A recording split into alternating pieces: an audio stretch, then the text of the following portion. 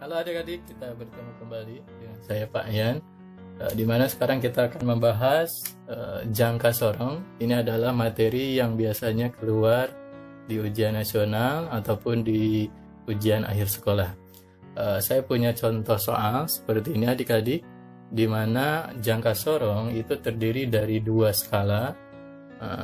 Yang pertama ini adalah disebut sebagai skala utama,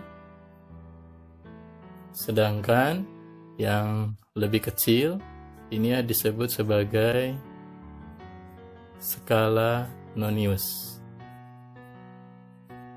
Nah, bagaimana cara membacanya?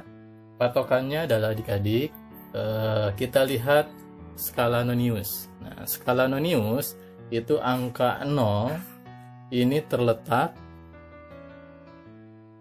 di 3,3, lebih sedikit adik-adik.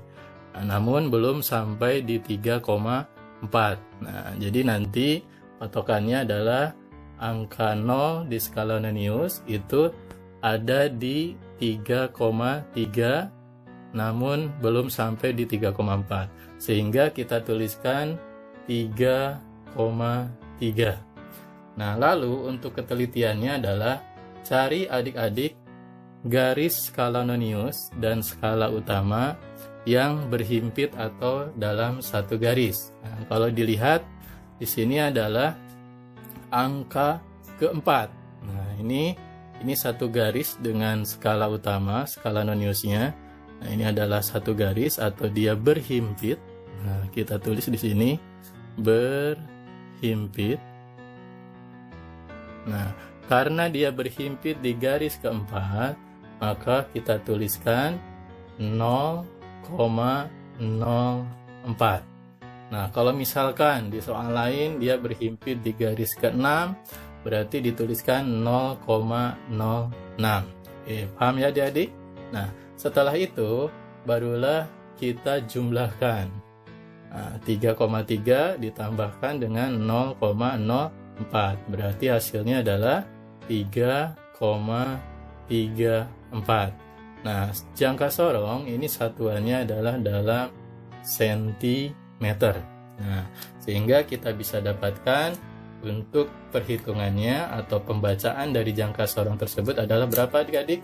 3,34 cm. Oke, sudah paham? Nah, baiklah. Nanti setelah ini kita akan bahas satu lagi materi tentang mikrometer skrup. Nah, adik-adik, ini adalah materi untuk mikrometer skrup. Nah, untuk mikrometer skrup sama seperti jangka sorong, di mana mempunyai dua skala. Nah, ini adalah skala utama, sedangkan yang ini adalah untuk skala nonius. Nah, adik-adik, untuk membacanya dalam mikrometer skrup, kita lihat patokannya adalah garis yang ini adik-adik. Nah, kita lihat untuk garis yang ini, pada skala utama dia sudah melewati 5. Nah, ini adalah 5,5, berarti dia sudah melewati 5,5 atau 5,5. Nah, kalau misalkan garis ini adalah masih di sekitar sini melewati 5, maka kita tulis 5. Nah, tapi karena dia sudah melewati 5,5 atau 5,5, berarti kita tuliskan 5,5.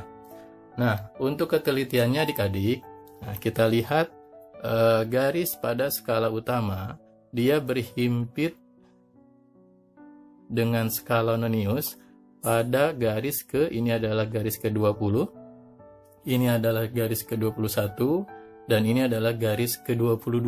Nah, berarti dia berhimpit di garis ke-22. Nah, ini 22.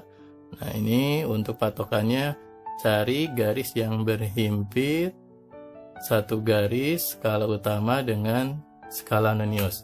Nah, karena ini adalah garis ke-22, maka kita tuliskan 0,22.